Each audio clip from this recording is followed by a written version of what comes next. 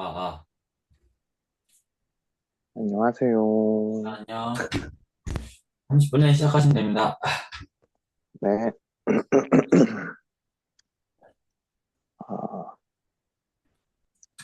저희 그러면은 이 큐티 모임 시작하기 전에 기도로 나가겠습니다. 기도하시겠습니다. 사랑하는 하나님 감사합니다. 오늘 이 자리, 이 큐티 모임 가운데 함께 모이게 해주심에 감사드립니다. 우리가 이 자리를 통해서 주의 말씀을 묵상하고 나누고 그 말씀을 삶에 적용시켜 봄으로써 우리 마음의 양식을 주고 또 그 삶을 살아가는 주 안에서의 힘을 얻는 이 자리가 되게 하여 주시옵소서. 감사드리며 예수님 이름으로 기도드립니다. 아멘. 예. 아, 네, 그러면 저희 본문 오늘 누가복음 18장 15절에서 30절, 총 13절인데, 4절씩 돌아가면서 읽고 제가 마지막 한 절 읽도록 하겠습니다. 그러면은, 어, 목사님 문서 누나 저 순서로 읽도록 하겠습니다. 어떤 지도자가 예수께 물었다. 선하신 선생님, 내가 무엇을 해야 영생을 얻겠습니까? 예수께서 그에게 말씀하셨다. 어찌하여 너는 나를 선하다고 하느냐? 하나님 한 분밖에는 선한 분이 없다. 너는 계명을 알고 있을 것이다. 간음하지 말아라. 살인하지 말아라. 도둑질하지 말아라. 거짓으로 증언하지 말아라. 내 부모를 공경하여라 하지 아니하느냐? 그가 말하였다. 나는 이런 모든 것은 어려서부터 다 지켰습니다. 예수께서 이 말을 들으시고 그에게 말씀하셨다. 내게는 아직도 한 가지 부족한 것이 있다. 내가 가진 것을 팔아서 가난한 사람들에게 나누어 주라. 그리하면 내가 하늘에서 부활을 찾아게 될 것이다. 그리고 와서 나를 따르라. 이 말씀을 듣고서 그는 몹시 근심하였다. 그가 큰 부자이기 때문이었다. 예수께서는 그가 근심에 사로잡힌 것을 보시고 말씀하셨다. 재물을 가진 사람이 하나님 나라에 들어가는 것은 참으로 어렵다. 부자가 하나님 나라에 들어가는 것보다 낫다가 바늘기로 들어가는 것이 더 쉽다. 이 말씀을 듣는 사람이 말하였다. 그렇다면 누가 구원을 얻을 수 있겠습니까? 예수께서 말씀하셨다. 사람은 할 수 없는 일이라도 하나님은 하실 수 있다. 베드로가 말하였다. 보십시오. 우리는 우리- 우리에게 속한 것들을 버리고서 선생님을 따라왔습니다. 예수께서 그들에게 말씀하셨다. 내가 진정으로 너희에게 말한다. 하나님의 나라를 위하여 집이나 아내나 형제나 부모나 자식을 버린 사람은 이 세상에서 여러 갑절로 받을 것이고 또한 오는 세상에서 영원한 생명을 받을 것이다. 맨. 예. 저희 지금 33분이니까 43분까지 묵상하고 묵상한 내용 나누도록 할게요. 네.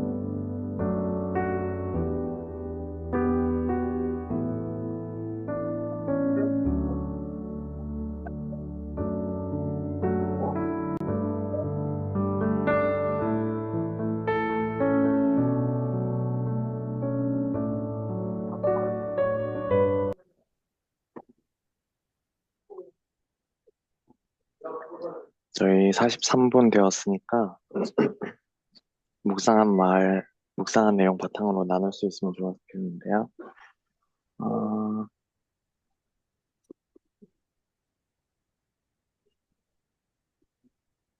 지금 본민 형이랑 선아 누나도 들어왔으니까 음, 저, 은서 누나, 본민 형이랑 선아 누나 그리고 마지막으로 목사님 나눠주시고 네, 나누도록 하겠습니다. 저부터 나눌게요. 저는 이 본문 말씀에서 가진 것을 다 팔아서 나누라는 예수님의 말씀에 근심하는 부자를 봤는데 아마 그렇게 다 팔아 나누어서 얻는 것보다 자신이 가진 재물이 더 값지다고 생각했던 그런 욕심이 있었던 것이 아닐까 그렇게 생각을 했고요. 이 말씀을 읽으면서 예수님을 따라서 걷는 길은 또 매우 힘들고 또 고난이 있다는 말을 제가 많이 들었는데 그만큼 제가 세상에서 포기해야 할 것도 많고 또 놓아줘야 하는 것도 많기 때문이라고 생각을 해요. 그런데 그렇게 우리가 소중하다고 여기는 것들을 놓아주면은 주님은 항상 더 소중하고 더 값진 것들을 선물하시잖아요. 그래서 어, 저는 우리가 주 안에서 살아가면서 그 길을 따라서 걷고자 한다면은 당장에 내게 손해 같고 아픔 같을지라도 주님이 주신 것을 선택할 수 있는 어떤 믿음이나 용기가 필요하다고 생각을 했습니다. 그래서 이번에 제가 뭐 학교에서 CCC나 내비게이터 둘 다 모임을 한번 해봤는데 소모임을 거기서 새로 좀 알게 된 게 마음이 풍요로운 것이라는 게 저는 지금까지는 그냥 단순히 내 마음 속에 주님이 있으면은 내 마음이 풍요로운 것이라는 좀 막연한 생각을 가지고 살아왔는데 이번에 그 소모임을 좀 하면서 마음이 풍요로운 것은 주님이 내 삶 속에 일하시고 또 그것을 내가 느끼는 어떠한 확신이 있는 삶이라는 걸 배웠거든요. 그래서 그렇게 주의 길을 따라 걷고 또 그런 주님 주시는 것을 택하기 위해서는 내 마음 속에서 또 내 삶 속에서 주님이 정말로 나를 풍요롭게 해주신다는 것을 한 번쯤 느껴보는 것이 정말로 필요하다고 생각을 하게 되었습니다. 네, 네, 그러면은, 네, 더 나누면 될까요? 네, 네, 저는 결국에는 이제 주님이 버리라고, 그러니까 재산 다 바치고 따르라고 했을 때 그 부자가 근심을 하잖아요. 결국에는 그 부자에게는 하나님보다, 그러니까 예수님보다 재물이 더 귀했던 거잖아요.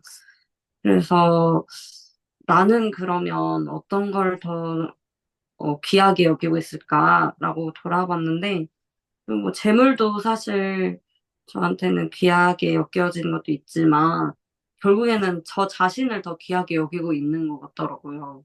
솔직히 말해서 오늘도 너무 피곤하고 그 피로가 극에 달아가지고 예민하고 막 스트레스가 너무 이제 올라온 상태라 너무 쉬고 싶고 큐티도 사실 들어오기가 너무 버거운 상태였어요. 솔직히 정말 너무 버거운 상태였는데 그래도 임원이고 또 말씀 같이 큐티를 해야 되니까 이거에 또 힘이 있으니까 하고 마음을 다잡고 이렇게 들어왔는데 결국에 오늘도 결국에는 주님이 은혜를 주시네요. 예.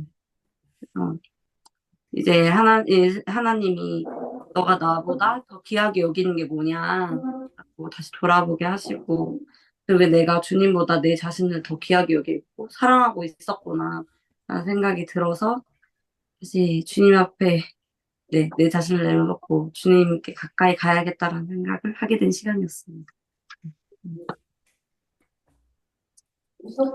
그럼 다음은 본민이 형이 나눠주세요. 채팅에 올려주셨네요. 아, 그럼 제가 읽도록 하겠습니다. 세상의 가치보다 하나님께 속한 영혼의 가치가 훨씬 더 값지다는 것을 당연하게 배웠고 또 그렇게 여기면서도 왜 자꾸 세상의 가치에 집착하게 되는지 생각했습니다. 정말 그 가치를 알고 있다면 주저함 없이 하나님의 가치를 따를 텐데 왜 그러지 못할까? 돌아보면 하나님께 속한 것이 더 가치 있다고 머리로 생각하고 입으로 말하지만 마음 깊이 그 의미와 가치에 대해 생각하는 시간을 가지지는 못했던 것 같습니다.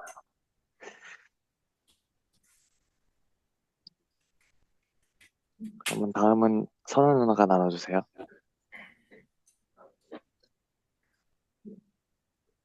오늘 말씀에서는 모든 거를 내려놓고 하나님을 따르는 거에 대해서 얘기를 하고 있는데, 근데 요즘 같은 세상에서 돈 같은 재물이나 그 밖에 세상에서의 가치들을 전부 다 내려놓고 예수님을 따르는 거는 사실상 쉽지 않은 일이라는 생각을 했습니다.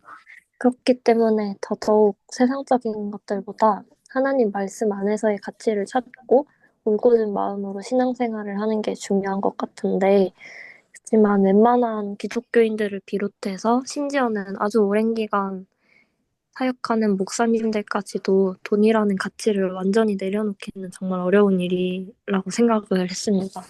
그리고 또 하나님의 말씀을 널리 전하기 위해서는 오히려 내가 더 돈을 많이 벌고 성장해서 전도랑 교회에 큰 보탬이 되는 것도 중요한 것 같은데, 그런 모습이 어떻게 보면 하나님의 가치를 뒤로 하고 돈을 쫓는 모습처럼 보일 수도 있을 것 같아서 그것도 좀 고민입니다. 그리고 살다 보면은 어쩔 수 없이 생기는 욕심들을 잘 제어하는 게 간단한 결심으로만 해결되는 문제는 아닌 것 같아서 이거에 대해서 끊임없이 생각하고 반성해야 할 것 같습니다. 그럼 목사님이 이제 나눠주실게요. 네, 저는, 어, 사실 오늘 본문이 돈을 쫓지 마라. 가 핵심은 아닌 것 같아요. 제가 봤을 때는. 왜냐하면, 전체적인 문맥을 보면, 이 어떤 지도자라고 나와 있는데, 이 사람이 예수님께 영생에 대한 질문을 하잖아요. 근데 사실 요한복음 3장을 보면 영생에 대한 질문을 했던 니고데모에게는 예수님이 분명하게 물과 성령으로 나야 된다고 얘기를 하시거든요. 근데 그 영생에 대한 질문에 있어서 예수님이 답변을 너 계명 지켰어? 라는 답을 주세요. 너 계명 지켰냐? 라고 하니까 이 사람이 다 지켰다. 라고 이야기를 이제 해요. 근데 이 계명의 그 요소를 보면은 사실 10계명에서 1계명부터 4계명은 하나님에 대한 것, 5계명부터 10계명은 인간에 대한 것인데 여기 나와 있는 계명은 다 인간에 대한 계명만 나와 있어요. 그래서 이 사람이 다 지켰다라고 이야기하니까 그럼 한 가지 더, 너 그러면 돈 다 포기하고 하나님 따를 수 있어? 라는 이 질문은 이제 앞에서 물어보지 않았던 1계명부터 4계명의 하나님을 사랑하는 관련한 그 계명인 거죠.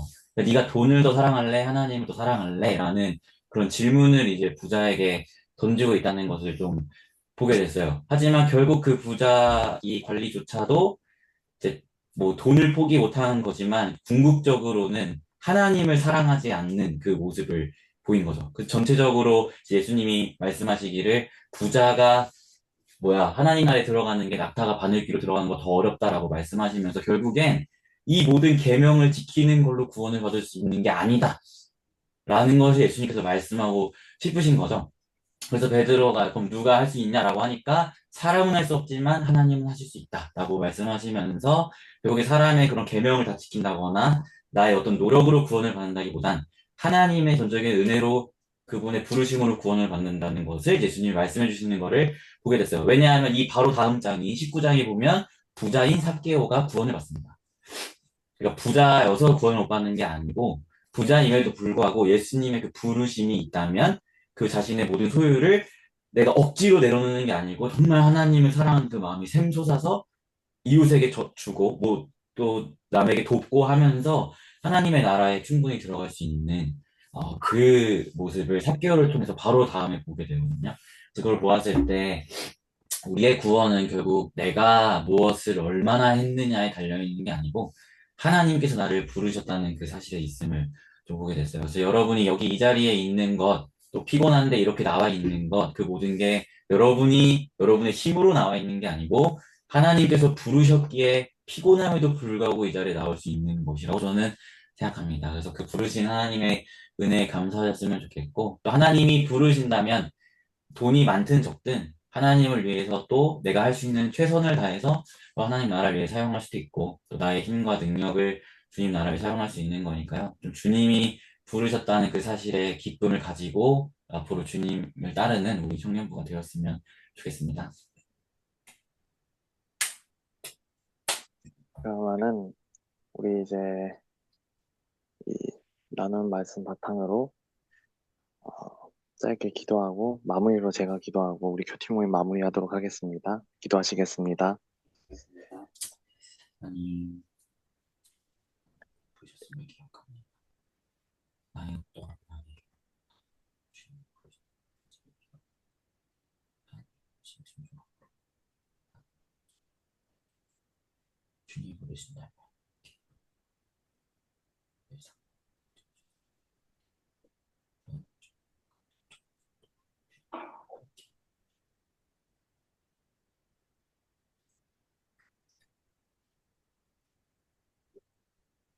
기도하시겠습니다.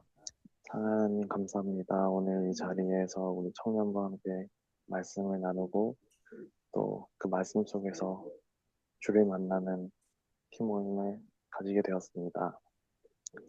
오늘 이 자리 가운데에서 말씀 나누며 우리가 세상의 어떤 가치나 아니면 우리의 마음을 따라가는 것이 아니라 온전히 주를 사랑함으로써 주를 따라가고 또 주께서 우리를 부르시는 그러한 주의 일하심을 보게 되었습니다. 주님, 우리의 삶 속에서도 항상 우리가 우리의 마음이나 세상 가치가 아닌 온전히 주를 따라가며 또한 그 모든 일과 삶을 온전히 주께서 부르셔서 주님의 이끄심에 이끌려가는 그런 삶이 되게 하여 주시옵소서.